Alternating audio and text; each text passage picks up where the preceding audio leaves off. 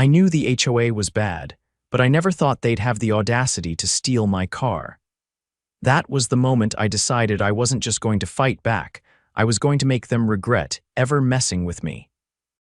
It all started when I moved into this neighborhood, a quiet little cul-de-sac with well-manicured lawns and an HOA that ruled with an iron fist. The president, Karen Billings, was a middle-aged tyrant with a superiority complex and a clipboard permanently attached to her hand. She ran the HOA like a personal kingdom, issuing fines for the most ridiculous infractions, mailboxes an inch too high, grass not cut to regulation length, even unauthorized holiday decorations. But the worst part, she had a personal vendetta against me from the moment I moved in. I wasn't the kind of guy to roll over and bow to some power-hungry HOA dictator. My name's Curtis Benson, and I've spent my life working hard to earn what I have. I don't take kindly to people trying to push me around, especially when they have no legal ground to stand on.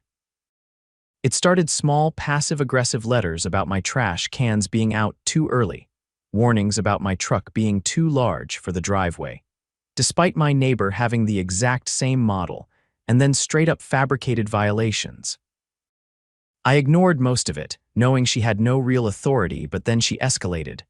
One morning, I walked outside to find my truck, my perfectly parked, legally registered truck was gone. Towed, just like that. A bright orange flyer taped to my door explained the reason: multiple parking violations. That was a lie. A blatant, ridiculous lie. I stormed over to Karen's house, knocking hard enough to rattle the door. A moment later, she swung it open, arms crossed, her fake smile plastered on her face. "Oh, Curtis," she said, voice dripping with condescension. "I assume you're here about your vehicle." "You had my truck towed," I said, barely keeping my voice level. "Yes, well, repeated violations will result in consequences," she said, tilting her head like I was some unruly child. "You've been warned multiple times about parking outside of HOA guidelines." "What guidelines? I park in my own driveway," she sighed dramatically. "Your tires were touching the grass. That's a violation." I stared at her. "You towed my truck because my tires touched the grass." "It's in the bylaws," she said, smiling like she had just won some kind of game. "You'll need to pay the impound fee if you want it back. And of course, there's an additional fine for the violation." I clenched my fists, but losing my temper wouldn't solve anything. Karen wanted me to snap. She wanted me to fight her on her terms. Instead, I took a deep breath, stepped back, and gave her a slow nod. "All right," I said. "You want to play dirty? Let's play."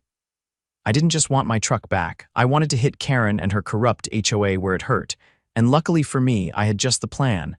I wasn't going to let Karen get away with this. She thought she could push me around, but she had no idea who she was dealing with. Instead of wasting time arguing, I went straight to work. I needed information, and I needed it fast. The first thing I did was call the impound lot. They confirmed my truck was there, but the fee to retrieve it was outrageous, borderline extortion. They claimed the HOA had an agreement with them, which meant extra administrative costs were added to every vehicle they towed. That was the first red flag. Karen wasn't just enforcing supposed rules, she was running a racket. Next, I dug through the HOA bylaws. I spent hours combing through every clause, every fine print detail. Nothing in the document justified the tow. There was no rule about tires touching grass, no regulation that would have given them the authority to remove my vehicle. That meant they had violated their own policies, and I had proof, but I wasn't going to just get my truck back. I was going to make sure Karen's entire operation collapsed under the weight of her own corruption. I started making calls to other residents, to legal professionals, even to the city. I wanted to know just how deep this scam went. What I found was worse than I expected. Several neighbors had faced similar bogus violations, each one conveniently resulting in a tow. Some had paid up just to avoid the hassle, while others had fought back only to have their complaints buried under red tape. But the most interesting detail came from a retired contractor, Mr. Donovan, who had lived in the neighborhood for over 20 years. He had something that changed everything. He invited me over and pulled out an old file stuffed with documents. Among them was a land ownership record, something I hadn't thought to check before. The HOA didn't own the community parking lot. It had been privately owned for decades, leased out under an old contract. And here was the kicker: the lease was expiring in less than a month. That was the opportunity I needed. If I could get my hands on that property, I could turn the tables on Karen in a way she'd never see coming. I wasted no time tracking down the owner. He was an older gentleman named Richard Holloway, a former real estate developer who had long retired. When I explained what was going on with the HOA, he was more than happy to listen. He had no particular loyalty to them. He had only leased the lot to the previous board as a favor decades ago. And since the contract was up for renewal, he was open to new offers. I made my move. I didn't just lease the lot, I bought it outright. Every square foot of it. And just like that, I became the legal owner of the very ground Karen and her HOA relied on for community parking, board meetings, and most importantly, the impound access point they used to tow vehicles. Now, it was time to let Karen know exactly what she had walked into. The next morning, I had a contractor install a brand new gate at the parking lot entrance. I posted clear signs: private property, no HOA access without owner permission.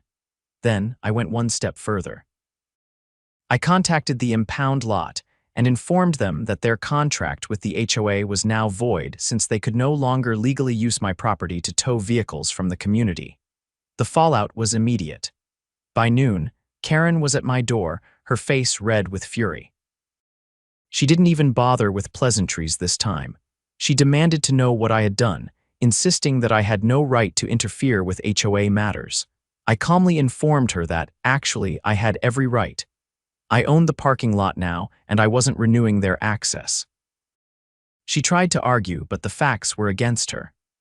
The HOA had no legal claim to the property, and without their precious parking lot, they had nowhere to hold their board meetings, nowhere for guests to park, and most importantly, no way to enforce their towing racket. The realization hit her like a brick. She had no power here anymore. I let her stew in silence for a moment before I delivered the final blow. I had already contacted the city council and reported the HOA's illegal towing practices.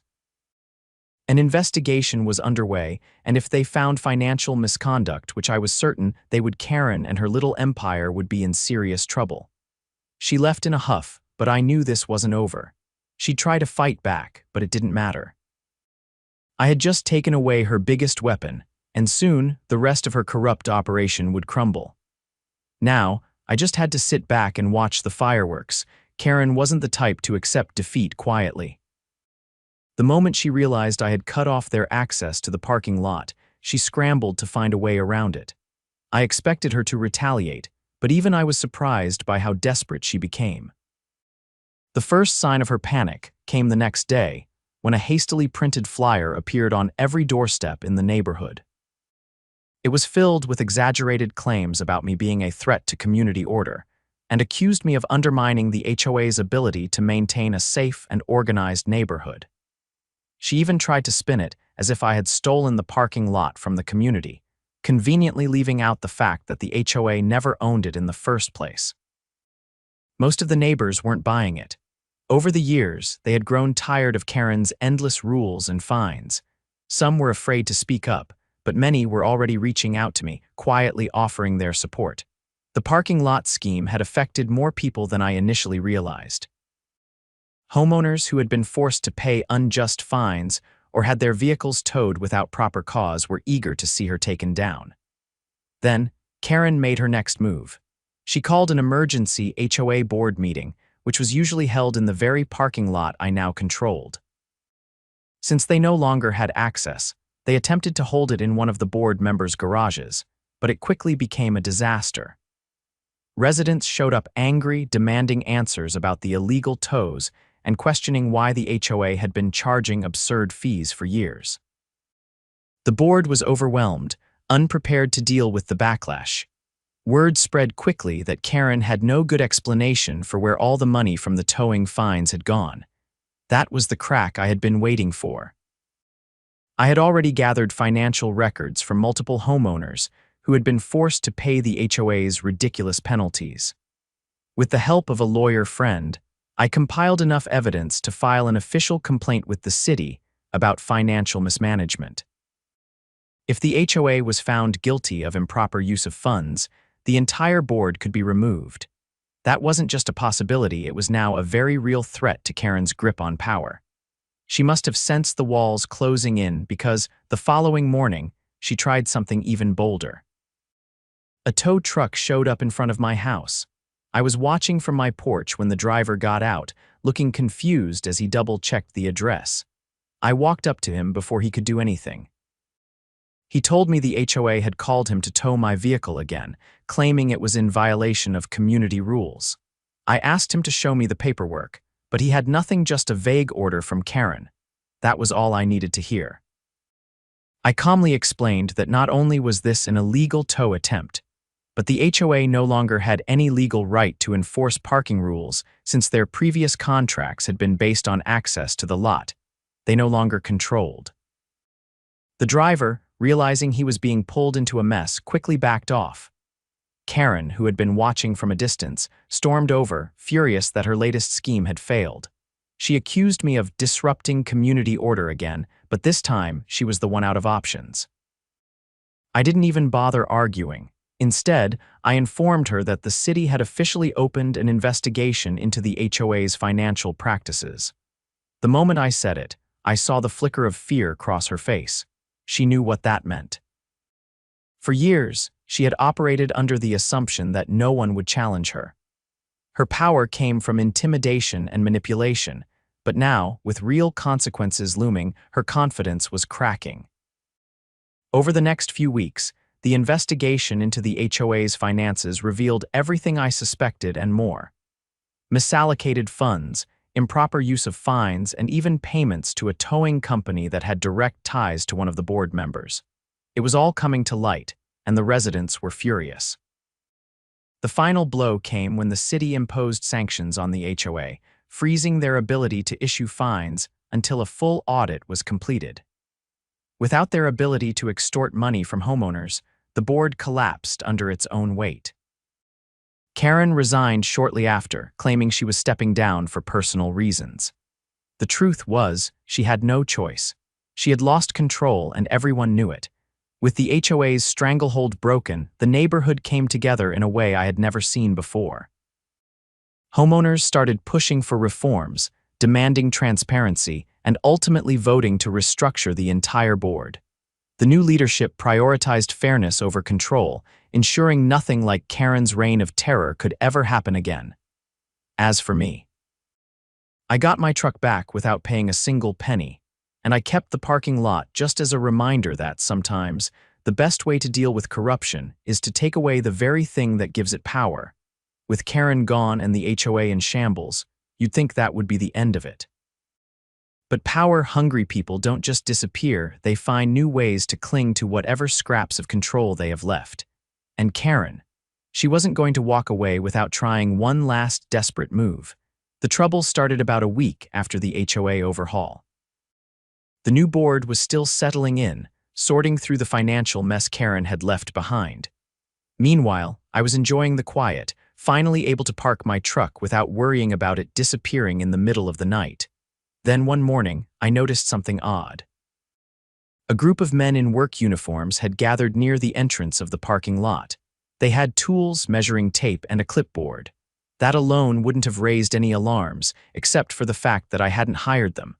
I walked over, keeping my tone casual as I asked what they were doing.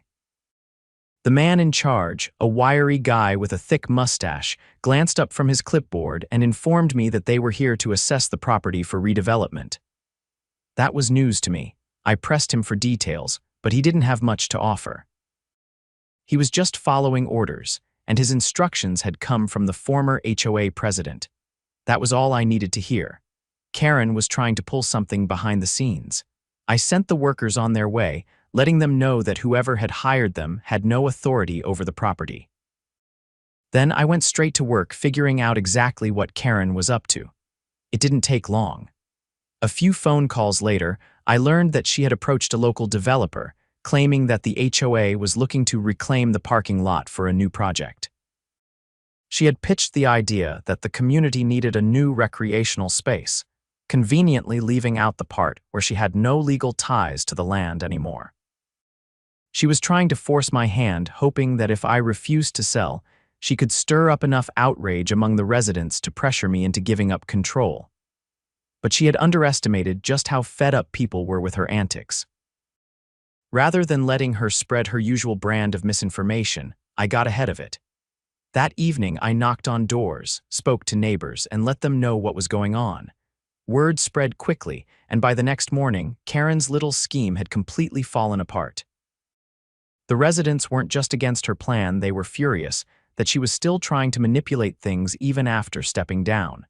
Faced with overwhelming resistance, Karen had no choice but to back off, but she wasn't done yet. A few days later, I received an official-looking letter in the mail. It was from a law firm one I recognized as the same firm the old HOA had used. The letter claimed that my ownership of the parking lot was being contested and that the HOA was prepared to take legal action to restore community access. It was a weak play, especially since the HOA had never owned the lot in the first place, but it was enough to be annoying. I wasn't worried, but I wasn't about to let this drag out either. I reached out to my own lawyer, who took one look at the claim and laughed. There was no case here, it was all smoke and mirrors. But rather than just shutting it down quietly, I decided to make an example out of Karen once and for all. I filed a counterclaim not just to dismiss their bogus challenge, but to seek damages for harassment and legal fees. And since Karen had initiated this mess on behalf of the HOA, despite no longer being in charge, she was personally on the hook for the consequences. When she received the notice, she made one last attempt to bluff her way through it. She held a meeting, this time in her own backyard, trying to rally support for her cause. It backfired spectacularly. Only a handful of people showed up, and most of them weren't there to support her, they were there to demand answers. Why had she spent HOA funds on a legal battle she had no right to start? Why was she still meddling in neighborhood affairs? By the end of the night, she was completely cornered. It didn't take long for her to back down. She dropped the legal challenge, agreed to cover my legal costs, and finally disappeared from the neighborhood. With her gone for good, things finally started to settle down. The new HOA board made good on their promise to run things fairly, and the community slowly began to rebuild trust. As for me, I kept the parking lot not as leverage, but as a reminder. A reminder that when people try to take advantage of you, the best way to fight back isn't with anger or frustration. It's with strategy, with patience, and with an ironclad plan that leaves them with no way out. Karen had spent years using fear to control people. But in the end, the only thing she had been afraid of was losing control. And that was exactly what I made sure happened. With Karen finally out of the picture, the neighborhood was starting to feel like a real community again. The new HOA board had been making good on their promises, operating fairly and transparently. The ridiculous fines had stopped, and people no longer lived in fear of having their property targeted for petty violations. I had even started hosting informal gatherings in the parking lot I had purchased, giving residents a space to meet and talk without the specter of the HOA looming over them. For the first time since moving in, I felt like I could truly enjoy my home.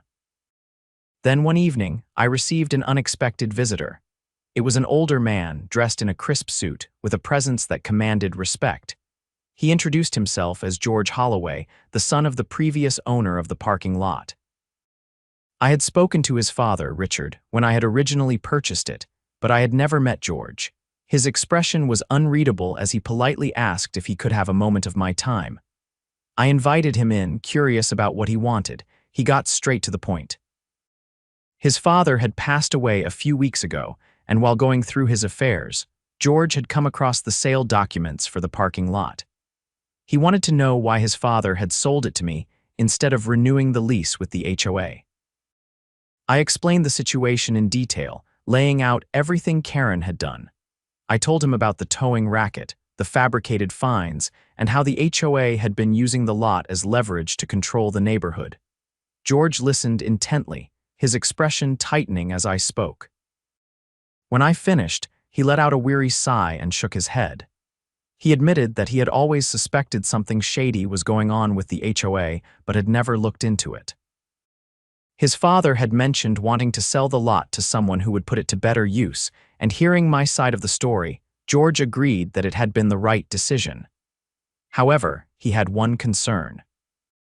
Before his father's passing, the HOA had approached him again, claiming that they were planning to take legal action to reclaim the property, arguing that it should belong to the community. George had dismissed it at the time, knowing they had no legal claim, but now that Karen was gone, he wasn't sure if the new board would attempt something similar.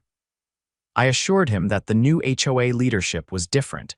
They had no interest in underhanded schemes. Still, George's warning stuck with me. If the HOA had been planning legal action before, there was a chance that remnants of Karen's influence were still lingering within the board. The next day, I reached out to the new HOA president, a no-nonsense woman named Alice Monroe. She had been one of the biggest advocates for reform and had played a key role in ousting Karen. When I mentioned my conversation with George, she was surprised but not entirely shocked. Alice admitted that when she and the new board had taken over, they had inherited a mess of old documents, some of which referenced strategic community acquisitions. Some of those files had related to the parking lot, listing it as a priority asset. She had dismissed it as just another one of Karen's half-baked plans, but now that I had brought it up, she agreed that it needed to be addressed. We decided to go through the old HOA records together. What we found was worse than either of us had expected. Buried in the files were letters Karen had drafted to multiple real estate firms, attempting to negotiate a sale of the parking lot before I had even purchased it. She had been trying to sell something she didn't own, likely hoping to secure a deal before she was forced out. The letters were never sent, but the fact that she had considered such a move was proof of just how deep her corruption ran. Even more disturbing was a financial report showing that HOA funds had been allocated for legal consultation regarding property disputes. That meant that money from homeowners had been set aside specifically to try and fight me for land they had no claim to. Alice was livid. She had worked hard to repair the HOA's reputation, and finding out that Karen had been planning something like this behind the scenes was a slap in the face. She called an emergency board meeting to discuss the matter. That evening, I attended the meeting as a guest. The board members were furious when they saw the documents Alice and I had uncovered.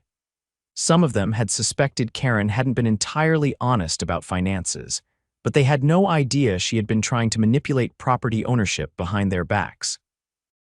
The board voted unanimously to issue a formal statement denouncing Karen's actions and to conduct a full audit of past HOA dealings.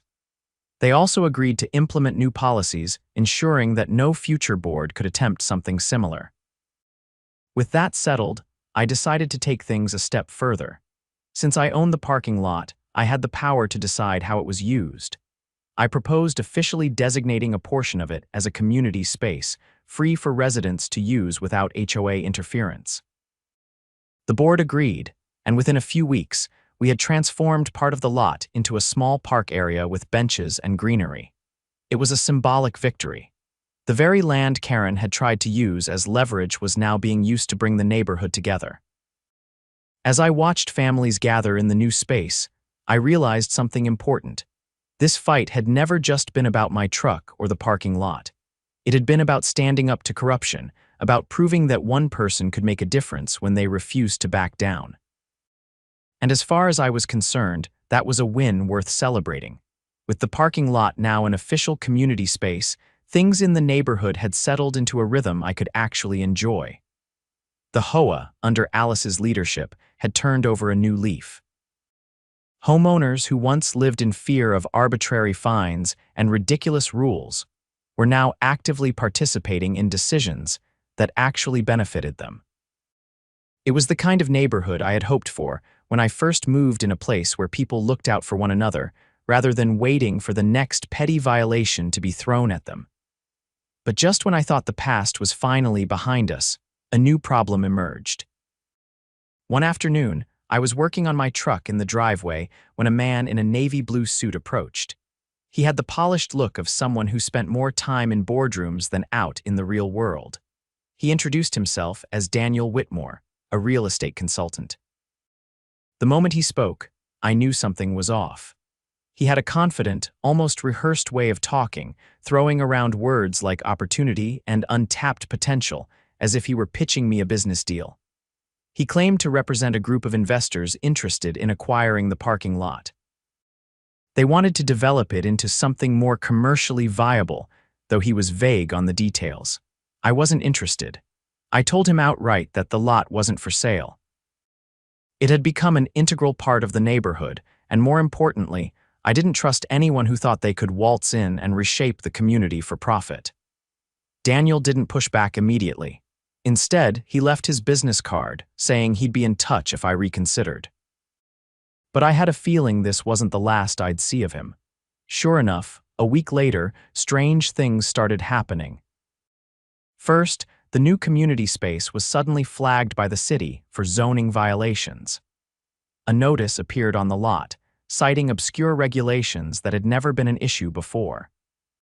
Then, a few days later, several residents received letters from an anonymous sender, warning them that the parking lot would soon be taken over for development.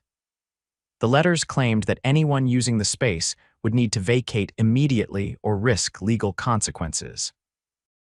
At first, I thought this was just some leftover attempt by Karen to stir up trouble. But after some digging, I found out the real culprit, Daniel Whitmore and his so-called investors. He had connections in the local zoning office and had quietly pushed for the violations to be issued. He was also behind the scare letters, hoping to intimidate people into believing that the lot's days were numbered. His plan was simple: create enough chaos and uncertainty that I'd be pressured into selling. What he didn't count on was the fact that I wasn't the kind of person who folded under pressure. I got in touch with Alice and the HOA board, letting them know what was happening.